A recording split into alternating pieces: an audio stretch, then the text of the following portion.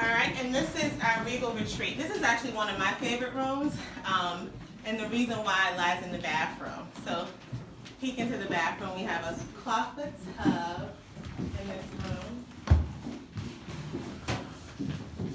Sorry, baby.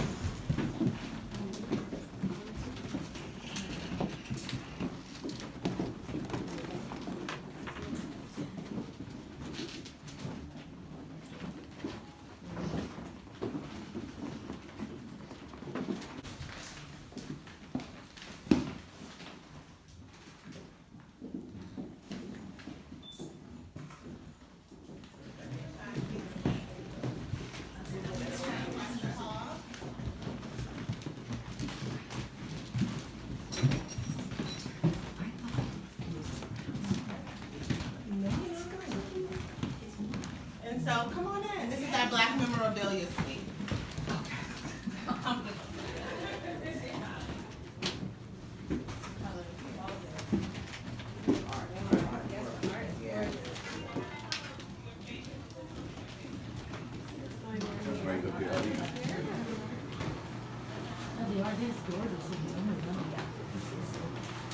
This is a gorgeous bathroom.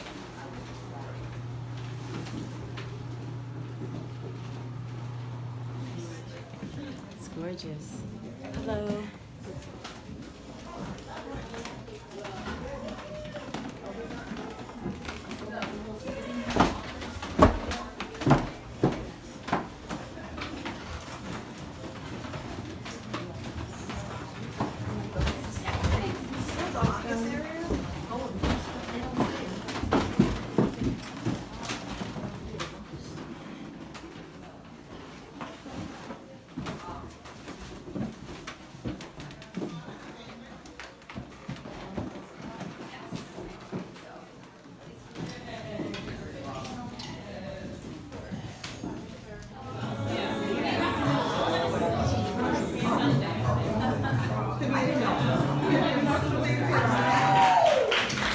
Her daughter, Glenn Poe, and her husband, Glenn Poe.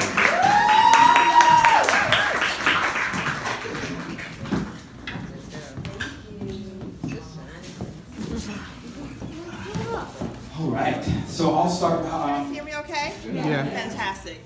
So, reality. The reality of the reality is that probably 5 years ago, we started getting calls from production companies who thought that we might make a great subject for a reality show. And that didn't work out because, of course, 5 years ago, reality shows were even more ratchet than they are now. And even back then, you know, I was being asked questions like, so where do you like to shop? And I would say, Home Depot, Costco. And so that didn't work. And then we got a spate of calls from different production companies just before the new year, and we decided to sign with Lionsgate. They packaged a show and they took it to various networks, and OWN expressed interest, and we couldn't have been more thrilled because OWN and Oprah is on brand with Akuaba. And we knew that it would be a show that would represent not only us personally well, but all of us very well. And that was really critical to us. And so we did a presentation reel, maybe a 25-minute presentation, and we got the call 3 weeks later that we got the green light. And it was amazing. It's an amazing opportunity. I'm still kind of in denial that this has really happened. But we shot 7 episodes, and that's how it all came to be. I had to bribe a few members of my family to do it. Yeah. But I've been an entrepreneur always. I was raised by a father who believed in multiple streams of income, and understanding that you know, when you are an entrepreneur, you have some real control over your own destiny. And so I've always had a gig on the side, as I always called it. And so I was an entrepreneur first. I guess the first real big business was the bed and breakfast was first, right? Yeah, so this was our first bed and breakfast. We've had it for 22 years. And then we opened a restaurant. And then our daughter Gwen, I guess she was 8 years old, and she felt really left out because I pretty much paid attention to the B&B, and Glenn, my husband, paid attention to the restaurant, Akuaba Cafe. I know y'all were there. I know that was y'all inside the house at home when I all you could eat Sunday brunch. I know you were there. And then so Glenn at 8 said, you know, I want a business too. And so we really bought the block on Lewis Avenue between McDonough and Decatur, which is right on the corner, and tried to create a main street in the middle of urban America. And so Glenn wanted a business, and she didn't know exactly what kind, and she said, you know, I wanted cookies and I wanted cake and all these kind of things. And she said, oh, and there can be tea too, because she knows I like tea, high tea. And so I took her to Starbucks, and I said, you mean like this? And she said, yeah, like this. I said, well, you're gonna have a Starbucks, but you're not gonna call it that. You gotta pay to call it that. And so Glenn opened a coffee house at age 8 called Mirrors. And so we just believe in self-sufficiency. We believe that you have to have enterprise in our communities to be self-sufficient. And so that's what led us to do it. And it's our pride and joy. It really is the jewel in the crown. It's a former Woolworth estate, and we call it the Mansion at Noble Lane. And it is the setting for the show. Which is what you see right here on these posters. You wanna do that? Well, some of the sacrifices we had to do with starting in, the biggest one was allowing people to be inside the house with us. So right there, that cut out a lot of stuff. My boys coming over, hanging out, watching games, finished. Golf clubs in the hallway, nothing there. And noise, couldn't make any noise, so Glenn was used to that. You know, she was a baby then though, but she used to run all the time, so it was always kind of quiet down. But those are the main sacrifices for me, that kind of social life that I like to have. You know?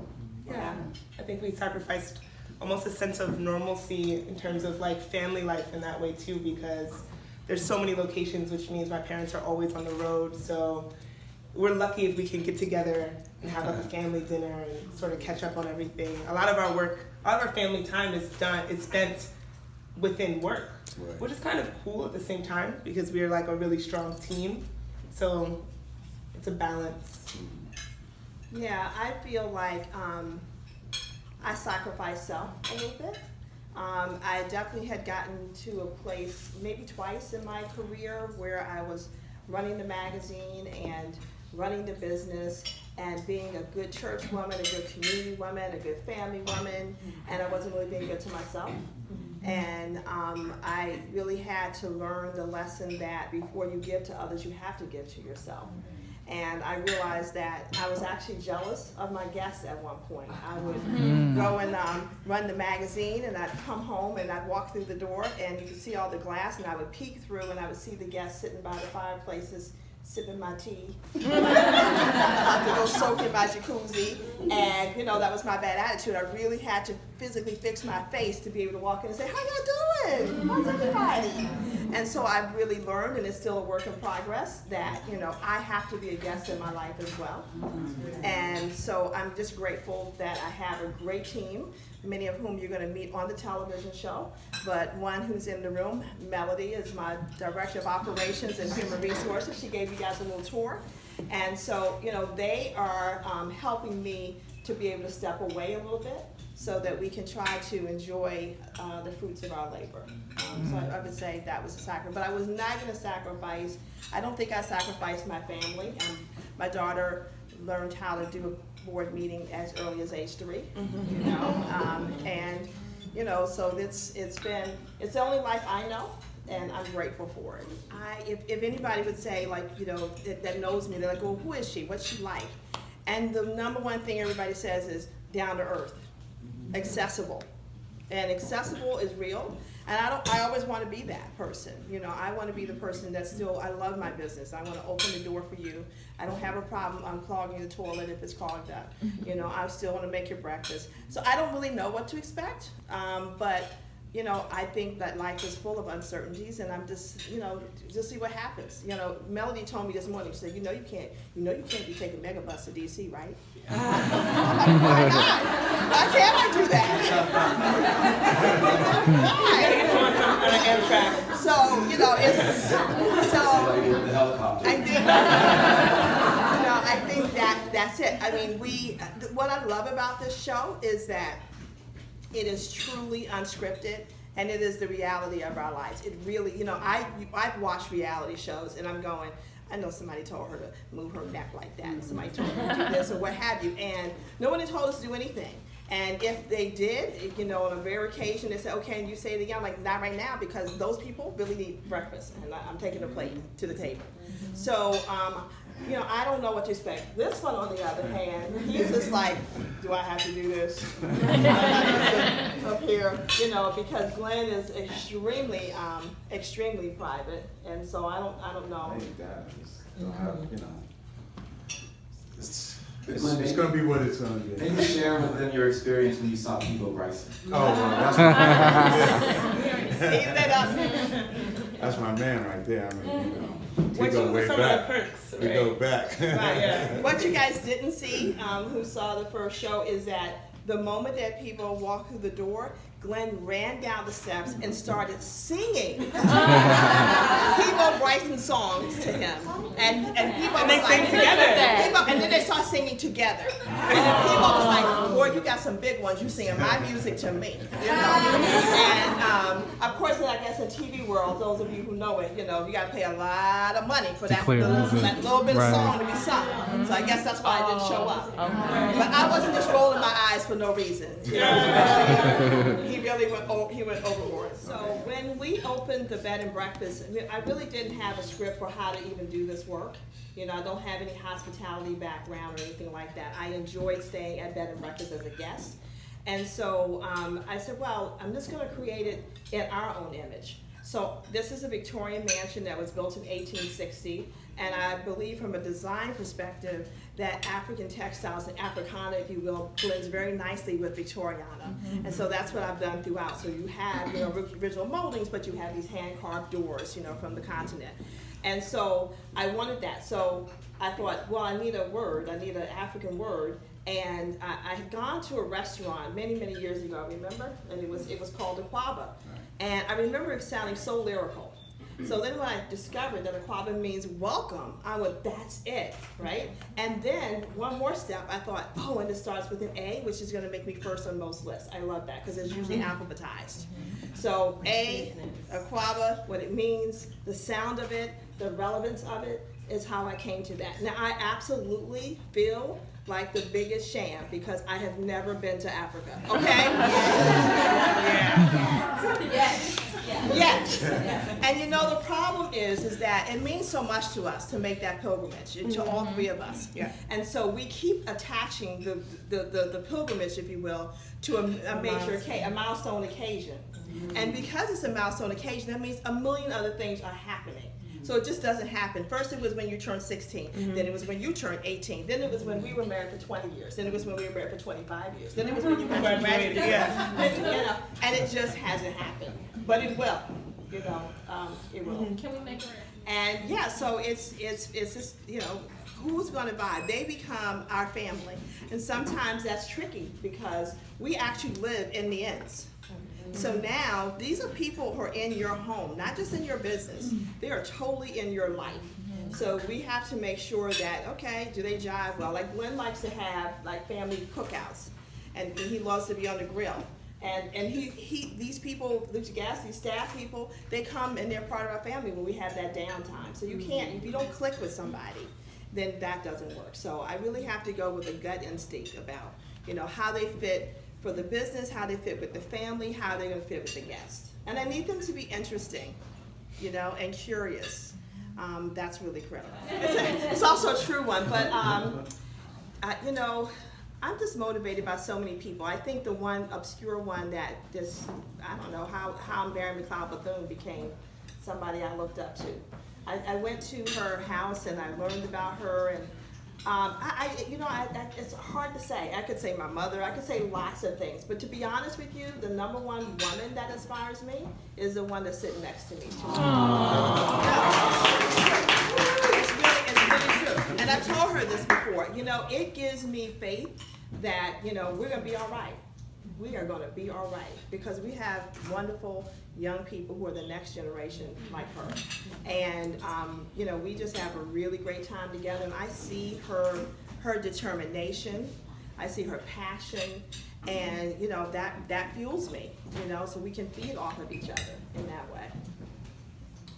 First, you know, we have to be comfortable having a conversation about money, right? You know, when I was growing up, my dad would always say, if I asked him for some money, whatever, he'd say, you know money don't grow on trees. But then he put a period at the end of that sentence, and then he never told me where the money grew. So how was I supposed to know? So very much so, we have to have that conversation. We have to encourage it from, you know, let's go back to the lemonade stand. Let's just encourage that so that there's an understanding of what that's about. You know, I would work the magazine and work the business, and Sundays was kind of our bonding time, mother-daughter time. And we used to always go to movies. And remember, we go see all the things that my husband wouldn't go see, but, you know, all the romantic comedies, all of that.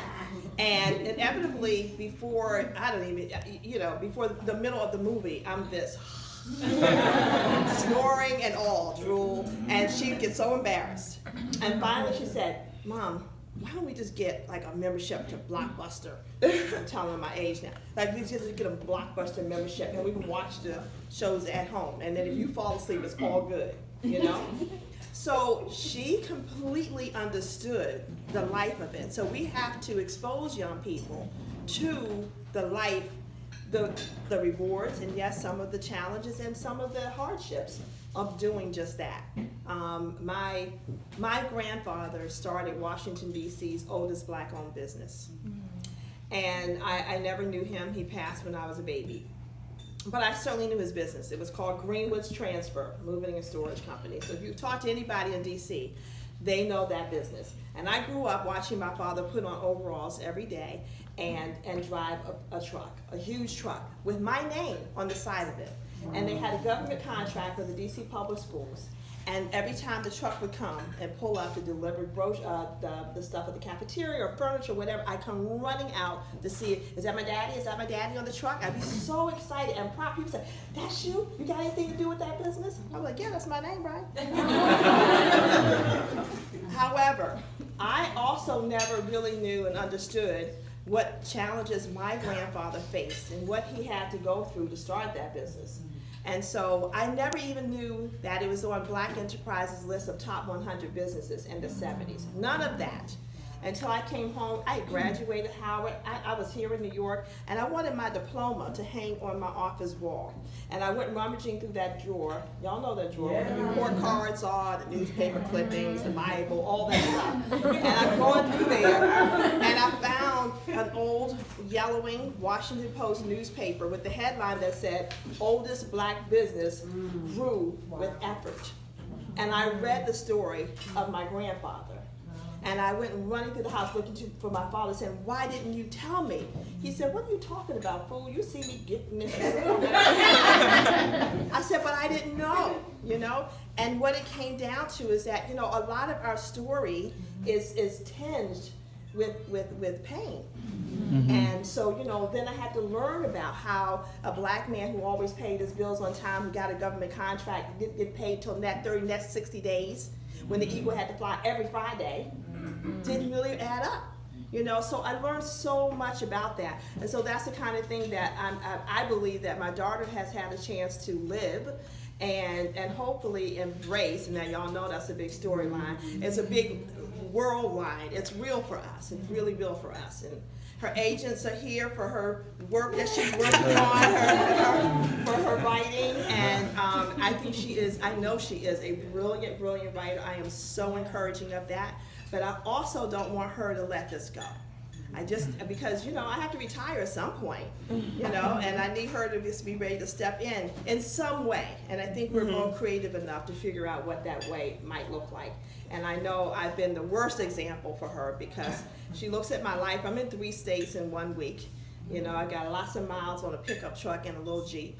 And it's the life I've chosen for me. It's not the life she wants. So we have to craft it differently so that she can embrace her passions but still have one eye and one hand on this, because guess what? Hopefully, there'll be another one after her with our same last name. And I want that,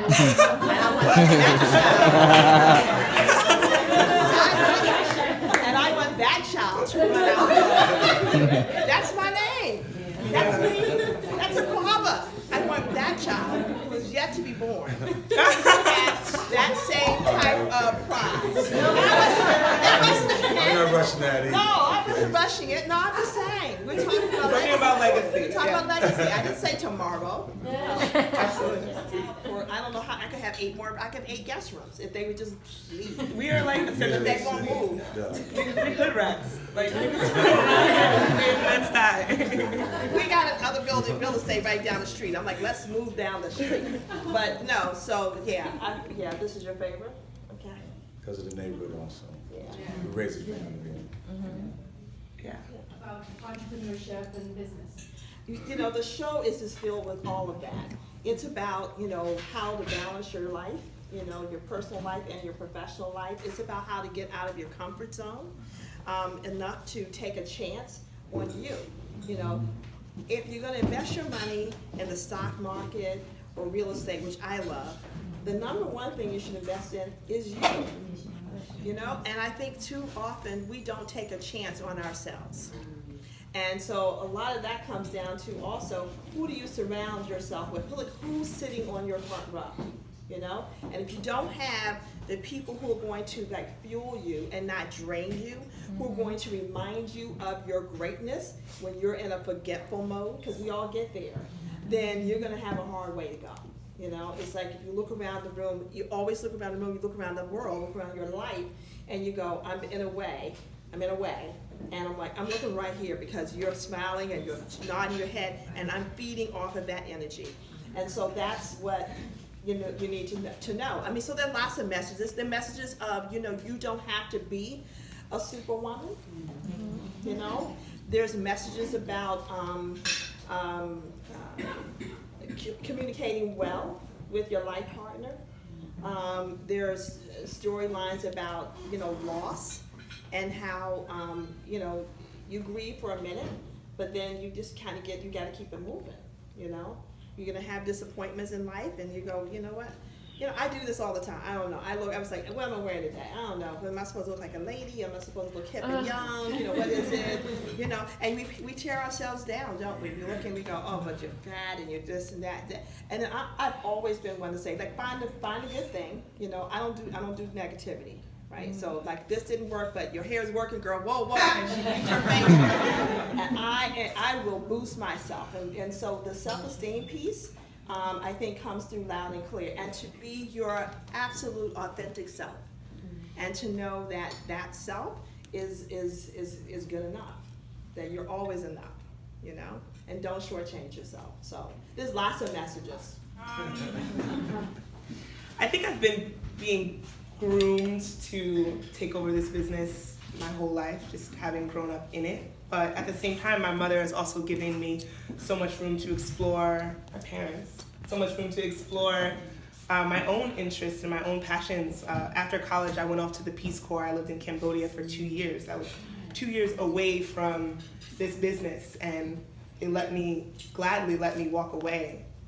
So it's been kind of difficult now to think about how I've sort of designed a whole world for myself, and I have to remember, like, wait, Akuaba has to factor into this in some way, especially now that I'm old enough to really take more of a responsibility. When I was young, I could serve some plates, I could wash some dishes, help my mom make a few beds, but now I'm like making breakfast for a house of 15 people on the weekends. I'm working weddings. Wow. I'm consulting people when they want to have baby showers here. Like, I'm kind of doing it all, and it's a tricky balance for me because it's not my passion. And I'm sitting next to this woman who's speaking so passionately about this thing. There's no denying how much love she has for what she's built. And it's difficult to hear you talk about living a life with passion if this is not my passion, kind of. You know, if I'm gonna go by what you're saying, that would mean that I would do like but at the same time, you know, what's been actually really the most interesting thing that's come out of this experience with the show is that I finally have understood like the magnitude of this empire and the importance of legacy.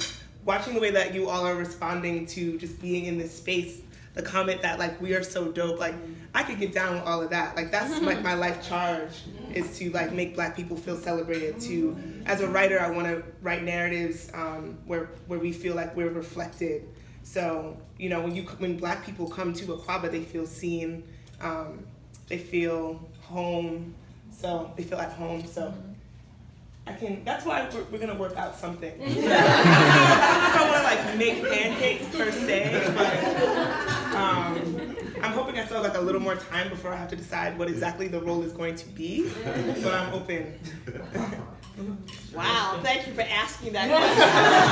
I'll take that, right? I think they're recording all of that.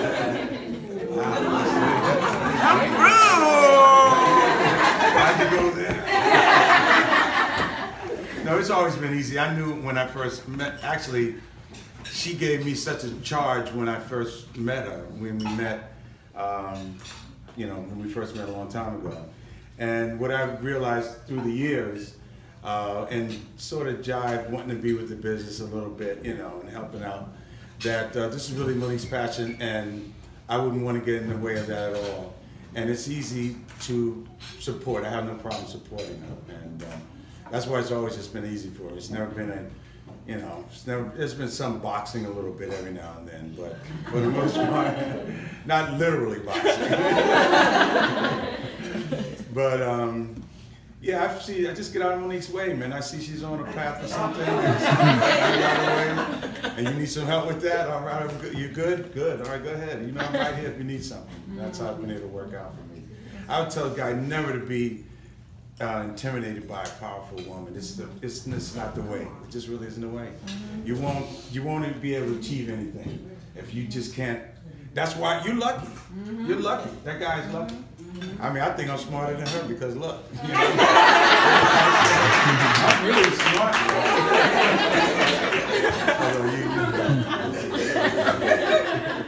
I will piggyback on that too, because when I met Glenn for the first time, I knew he was the one, because he just, there was no pretense around, the macho thing or anything like that. And from very early on when we started, when we got married, I didn't change my last name as a journalist. I built a byline with Greenwood, but so people would meet him and they would go, Mr. Greenwood. He'd say, hey, what's happening?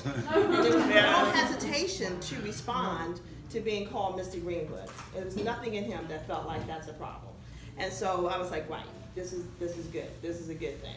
Because you have to know who you are and what you are, and I know I'm an alpha woman, and I get it. And so, yeah, you have to find the kind of guy that can handle that, and I'm lucky that happened for us. What was the other question? I feel, I have reneged, let me just say that. Yeah. I have reneged big time on a promise that I made to my husband many, many, many years ago. We had this plan, this life plan, and the goal was that we would retire at age 50. That was all we wanted to do. I think we said it maybe when we were 35. We both had parents who worked until they really couldn't work anymore. And so they could never really enjoy the fruits of their labor.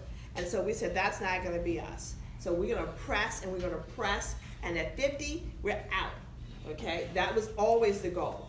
And so, 50 came. And Glenn left his job. He was a broadcast engineer, and he put in his resignation. He's like, okay, I did it, I'm done. You ready? And and I'm making beds. So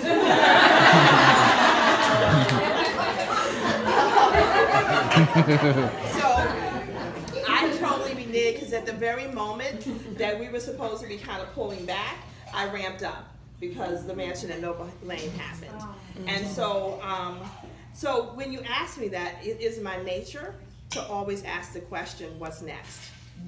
And I don't believe that I could have another bed and breakfast that I actually own and operate, because it is a hands-on business. And so I think the brand, though, has the opportunity and the possibility that's endless. And so I'm gonna talk to my sister over here, who's Nigerian, and she's gonna open up in, Ghanaian, and so, and Melody over here, we're gonna help her get launched in Richmond, because that's where she is. And so I do believe that there's room for expansion in a franchise model, where the brand can continue. I mean, what I'm most looking forward to, and I hope that the show can help be a launching pad for that, is like those glasses you're drinking from, they should say Akuaba. The tablecloths, the bed sheets, all of that, pillows, all of that, they should say Akuaba. So, to me, this is a platform that helps further that goal, because it's a way that you can use your creative energy as well as your brand to expand without having to make another bed or make another pancake. So to me, we need to leverage what we've done and really exploit the brand in product development. That would be a goal. Living life to my nth degree, and that I'm doing something to help other people do the same. That's what matters to me. I really, really am committed to making sure that people don't put their life on layaway. I know you don't even know what that is. That's okay.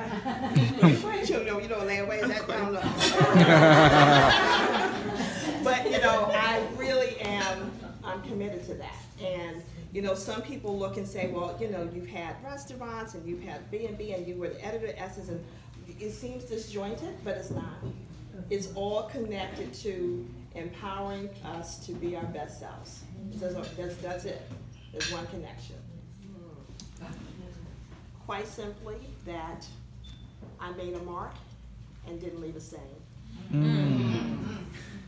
Yes.